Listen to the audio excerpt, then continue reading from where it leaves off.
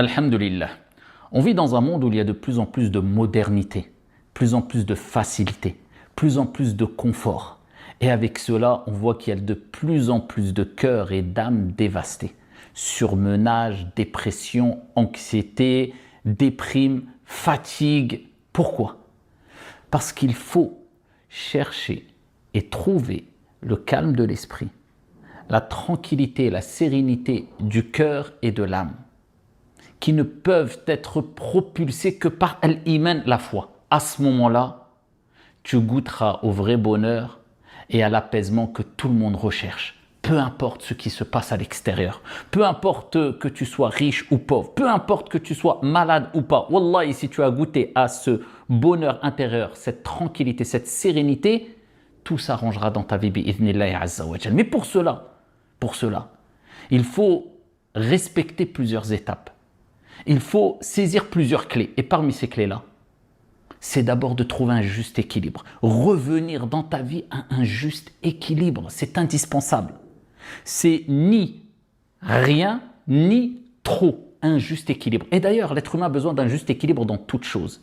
Dans son sommeil, si tu dors pas assez, c'est mauvais. Si tu dors trop, c'est mauvais. Ton alimentation, si tu manges trop, c'est mauvais. Si tu manges pas assez, c'est mauvais. Dans la plaisanterie, si tu ne plaisantes jamais, toujours renfrogné, jamais à plaisanter, le visage fermé, c'est mauvais. Si tu plaisantes trop et tu ris trop, c'est mauvais. Dans tes fréquentations, si tu ne fréquentes personne, tu t'isoles, tu broies du noir, tu renfermes sur toi-même, c'est mauvais. Si par contre, tu as une fréquentation, mais pas à l'excès, une bonne fréquentation limitée, c'est très bon. Donc, il faut toujours chercher ce juste équilibre. Et ce juste équilibre se trouve aussi dans l'entraide, puisqu'il y a de nombreuses personnes qui se sont vues dépassées, submergées par les responsabilités, par les problèmes, par l'anxiété, tombées dans des dépressions à cause de leurs partenaires, à cause de leurs collègues, à cause de leurs frères et de leurs sœurs. Je m'explique. Dans les couples, il y a des femmes, par exemple, qui sont surchargées, puisqu'il n'y a pas d'entraide. Le mari est un égoïste incapable. Et je parle de certains cas, bien sûr, je n'en fais pas une généralité. Il laisse la femme faire tout, jusqu'à ce que la femme sorte de chez elle le matin, rentre le soir parce qu'elle n'a pas d'autre choix que de travailler, parce que son mari ne veut pas travailler, c'est un feignant. Ou il y a des hommes qui sont surchargés puisque la femme ne veut pas aider, elle ne veut pas assister, elle ne veut pas ici apporter sa pierre à l'édifice. Et il fait tout, m'skin, à l'intérieur, à l'extérieur, dans des associations. On voit qu'il y a des frères qui sont surchargés puisque les autres ne font rien, sont égoïstes. Et il faut savoir quand tout se passe bien dans une maison, dans une collectivité, dans une association, c'est que les responsabilités sont bien assumées. Mais assumer les responsabilités, ça ne veut pas dire que tout le monde les assume. Peut-être c'est une personne qui est en train de se surcharger et assumer tout. Donc il faut trouver un juste équilibre dans ta vie et il faut trouver un juste équilibre même dans tes responsabilités. Et rappeler aux personnes qui doivent porter la charge avec toi qu'ils doivent t'aider et qu'ils ne doivent pas être égoïstes et penser qu'à leur petite personne. C'est pour cela que parmi les clés, il faut être un peu égoïste dans le bon sens du terme. C'est-à-dire, penser un peu à toi. Wa inna li jasadika alayka haqqa. Comme le prophète a dit, ton corps a un droit sur toi, pense un peu à toi. Ton corps a un droit sur toi, ta famille a un droit sur toi. Il faut que tu penses un peu à toi. Et il ne faut pas toujours penser aux autres, parce que si tu ne t'aides pas toi, si tu n'es pas en capacité de pouvoir aider, comment tu veux aider? Aide-toi toi-même, ensuite tu pourras aider les autres. Ne laisse pas les gens te surcharger. Parmi les clés aussi, c'est qu'il ne faut pas être trop gourmand dans la vie. Il y a des gens qui, à titre d'exemple, dans leur milieu professionnel, eh bien souvent dans le milieu professionnel, on voit des gens qui tombent dans un burn-out, voire une dépression à cause des responsabilités professionnelles, à force de trop penser à leur travail, à leur emploi, à leur entreprise, à leur société. Pourtant, il y a même des gens qui travaillent à leur compte. Et ô combien on en a vu. Des gens qui au début voulaient être indépendants, travailler à leur compte. pour avoir du temps pour leur famille, pour eux, pour leurs pratiques religieuses, pour leur religion. Et ils se sont fait avoir. Leur commerce, leur investissement, leur entreprise a tellement bien marché qu'ils ont ouvert une autre entreprise, une autre société, et ainsi de suite. Et ils ont embauché encore plus de personnes, tant mieux. Mais jusqu'où? Jusqu'à ce qu'ils ont été dépassés. Ils n'ont plus de temps, ni pour eux, ni pour leur famille, ni pour leur religion. À quoi bon? Le but principal, c'était quoi? C'était d'avoir du temps pour être un peu plus tranquille. Mais là, tu te retrouves avec plus d'argent. Tu penses avoir réussi, mais tu es moins tranquille. Tu t'es fait avoir.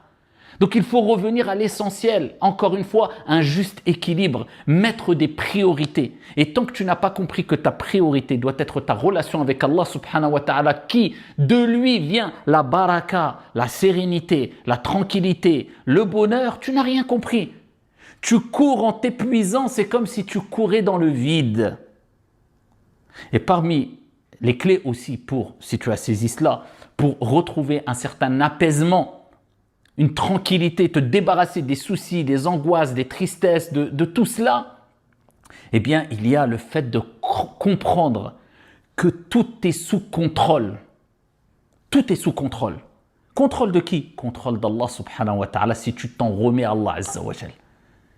Allah ne dit-il pas dans le Coran قُلْ لَنْ يُصِيبَنَا إِلَّا مَا كَتَبَ اللَّهُ لَنَا هُوَ مَوْلَانَا وَعَلَى اللَّهِ فَلْيَتَوَكَّلِ الْمُؤْمِنُونَ Allah.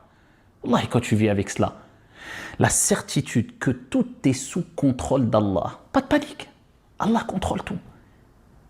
Eh bien, comment tu ne veux pas être apaisé? Allah dit قُلْ لَنْ يُصِيبَنَا, rien ne nous arrivera si ce n'est ce qu'Allah a écrit, a décrété. Mais regarde ce qu'il dit après. Huwa maulana, c'est notre protecteur, Allah. Wa ala Allahi falyatawakkalil mu'minun. Et les croyants placent leur confiance en qui? En Allah. À partir du moment où tu t'en remets à Allah, tu places ta confiance en Allah subhanahu wa ta'ala, Allah sera ton protecteur et Allah tabaraka wa ta'ala ne t'abandonnera pas. Et c'est comme ça que tu vas gagner, écoute bien, as-sakina. C'est ce qu'on recherche. Parce que quelqu'un de déprimé, d'angoissé, de stressé, eh bien, il n'est pas serein. Et la sérénité, ça n'a pas de prix, ça s'achète pas par l'argent, ça s'achète par ta relation avec ton Seigneur, tabaraka wa ta'ala, et ton juste équilibre dans tes prises de décision. Preuve en est. Vous connaissez la fameuse histoire quand le prophète alayhi salam a quitté la Mecque pour aller à Médine, il était avec Abu Bakr radiyallahu anhu warda dans la grotte Al-Thawr. Et quand Abu Bakr a dit, quand ils les ont encerclés, les Quraysh et ceux qui voulaient les tuer, il dit, ya Rasulallah, il suffit à l'un d'entre eux ici de regarder vers ses pieds, vers le bas, pour qu'ils nous voient. Ça, ils étaient à quelques centimètres de eux. Le prophète alayhi salatu wassalam a dit, La tahzan inna Allah ma'ana. Ne t'afflige pas, ne stresse pas, ne t'angoisse pas, ne sois pas triste, n'aie pas peur. Pourquoi? Inna Allah ma'ana. فأنزل الله سكينة. Allah il a fait descendre quoi? As-sakinatu alayh. Allah a fait descendre la sérénité sur lui. À partir du moment où quoi? Il a compris qu'Allah était avec lui et il ne s'est pas attristé et il a placé sa confiance en Allah subhanahu wa ta'ala. C'est pour cela qu'il faut toujours s'en remettre à Allah et parmi les meilleurs des moyens, c'est cette invocation.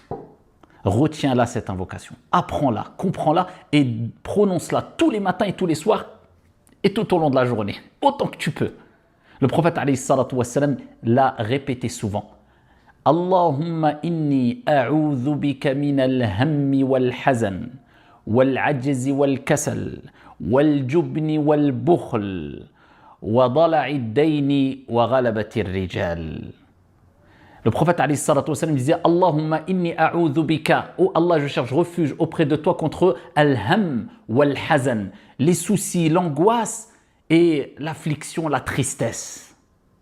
C'est Allah qui va te débarrasser de cela. Donc demande à Allah azza wa jal avant toute chose. Donc fais cette invocation. Le prophète la faisait lui-même wa huwa man huwa alayhi salatu wassalam. Allahumma inni a'udhu bika min al-hammi wal-hazan wal-ajzi wal-kasal, contre l'incapacité à faire les choses parce qu'il y a un obstacle qui t'empêche, peu importe ce qui t'empêche, et contre la paresse, puisque cela, c'est des causes qui mènent vers la dépression, vers l'angoisse, vers la déprime aussi. c'est d'être incapable de faire les choses, c'est d'être paresseux. Donc tu cherches protection auprès d'Allah Azza wa Jal contre cela, l'incapacité min al-ajzi wal-kasal, wal-jubni wal-bukhl. Al-jubn, c'est la faiblesse de faire le bien due à une forme de lâcheté. Wal-jubni wal-bukhl. Al-bukhl, c'est l'avarice. Wal-iyadu billah. Et quand tu prives les autres du bien, eh bien tu te prives toi-même du bien. C'est quand on rend heureux les gens qu'on se sent heureux aussi. Et ça nous rend heureux. Mais quand tu es avare, tu ne donnes pas, tu ne partages pas, comment veux-tu avoir ce calme de l'esprit, cette tranquillité intérieure et ce sentiment de bonheur? Min al-jubni wal-bukhl.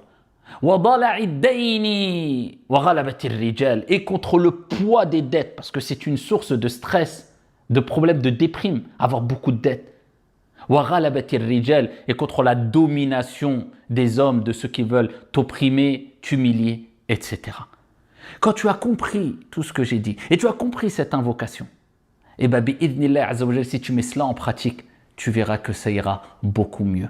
Qu'Allah subhanahu wa ta'ala te et nous débarrasse des soucis, de la déprime, de l'angoisse, de l'affliction, et qu'il transforme cela par une délivrance et un bonheur. Wallahu a'lam, walhamdulillah.